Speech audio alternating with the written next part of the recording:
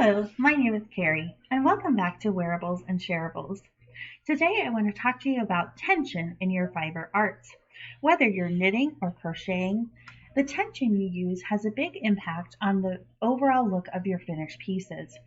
Tension helps us make all of our stitches even and uniform and gives our pieces a more polished look in the end. For me, I happen to tension my yarn the same way when I knit and when I crochet. I just use different hands to do it. There are many ways to tension your yarn for knitting and many ways to tension your yarn for crochet. But I found that using the same way, although opposite hands, helps me keep my tension consistent no matter what kind of project I'm doing.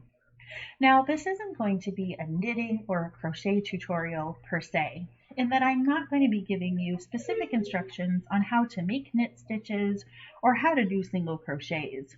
But I do have these little projects out just so that I can show you how I hold the yarn and how that helps me knit or crochet efficiently and with even, consistent tension. Now I'll start with my knitting project here. I'm right-handed and I like to hold the yarn in my right hand. So what I like to do is just start with my right palm facing up. I lay my working yarn over the top of my ring finger. Then I turn my hand over so that my palm is facing down. Next, I sneak my index finger up under this yarn so that when I close my fingers down on top of my needles, I have sort of a little triangle of yarn happening here, and if I were to flip my hand over, you can see my yarn is wrapped around my ring finger there.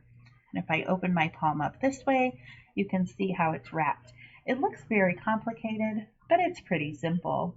Again, I just hold my palm facing up, place the yarn on top of my ring finger, turn my hand over, which is what makes the yarn wrap around my my ring finger there, and then I slide my index finger up under that yarn.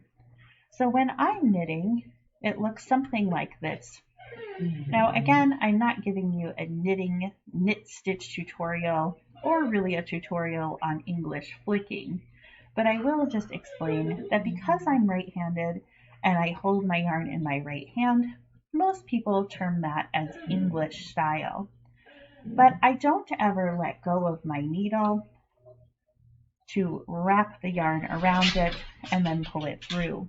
That would really change the tension in my projects. I always wrap my yarn the same way, and that allows me to keep my tension the same when I'm knitting. It also happens to be a fairly quick way of knitting so that I can get more projects finished in a shorter amount of time. I definitely have a yarn addiction, and I never not have yarn in my fingers. It just depends on which fingers that is. So if I switch over to my crochet project here, I'm just working a little sample with some single crochet stitches, and I do the same thing, but this time I'm going to use my left hand. I start with my left palm facing up. I lay my working yarn over my ring finger there, turn my hand over, and sneak my index finger under that yarn. So you can see it again makes this little triangle here.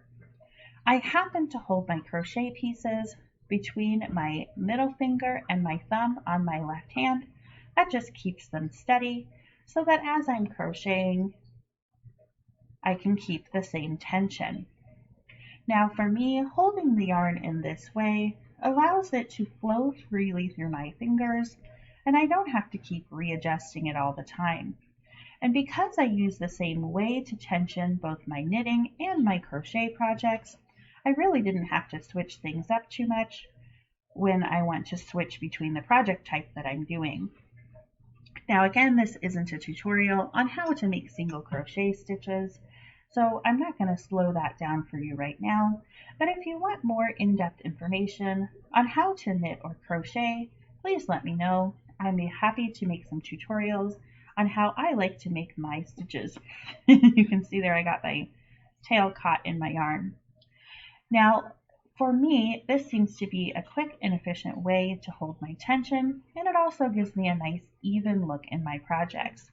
but I'm curious to know how you like to tension your yarn, so leave me a comment down below, and also let me know what you'd like to see in the next video.